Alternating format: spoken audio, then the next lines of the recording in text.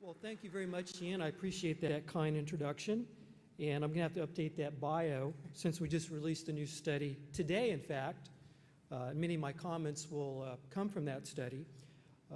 It's North America's high-tech economy, the geography of knowledge-based industries, and there you have a cover of the study. It examines the location and patterns of growth in 19 different high-tech categories. And I brought a few copies along. The executive summary, I think, is in the back. If you don't have any, if there aren't any more back there, you can go to our website and download it for free. This is a very comprehensive study looking at 19 different sectors, and the online version allows you to go in and look at any metro in North America and examine all the different high-tech sectors. Well, what determines regional economic growth over the long term? Business costs aren't nearly as important as they used to be in the information age as in the industrial age, but they do still matter.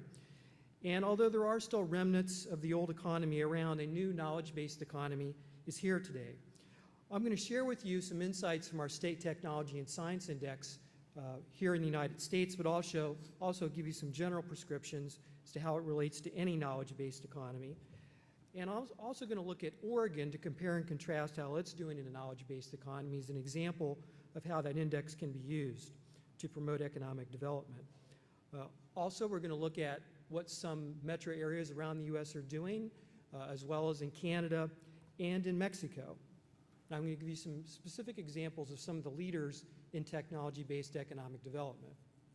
First, what are some of the factors that determine regional long-term economic growth? Well, many of the factors are the same as would affect a country, but there are different factors for regional economic growth that are not as rigid as there are for a national economy.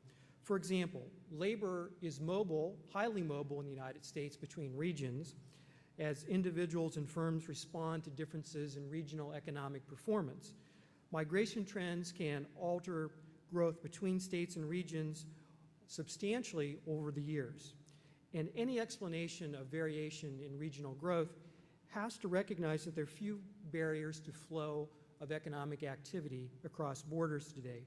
Regions openly compete for new and expanding businesses. Regions are also highly dependent upon the growth of industries that promote exports of both goods and services that are basically for sale beyond their borders. The output that's generated from those export sectors, whether it's manufacturing or whether it's travel and tourism, circulates, multiplies, and ripples throughout the entire regional economy. Okay, how are some of those factors changing today? Well, the existing industrial structure has a large role to play, but we really have a complex dynamic environment that causes regional disparities in economic performance over the long term. The tax structure of capital and labor plays a large role and influences whether regions retain their existing industries, firms, and people, and also whether they attract new investment for expansion. But other factors, such as tax rates, capital costs, wage rates, I would include real estate and energy costs as well. But there are new factors: labor force skills, access to markets, access to capital, research, development, innovation capacities, and increasingly quality of place issues. And these factors interact in a multifaceted environment to determine kind of a self-sustaining process of either growth or decline.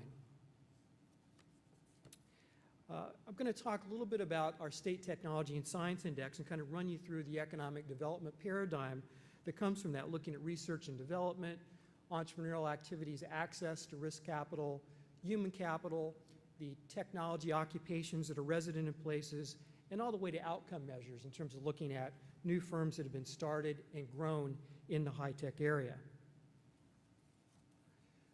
This first map, and you have to understand my undergraduate degree is in geography, so I'm predisposed towards using maps to show things. We're going to start with the research and development activities, and there are 18 different measures that we've included in here. If you are in green, it means you're in the top 10. That's good. If you're in red, it means you are in the bottom 10, and that's not quite as good. because knowledge is generated and transmitted and shared more efficiently in close proximity. Economic activity based on new knowledge has a high propensity to cluster within a geographic region.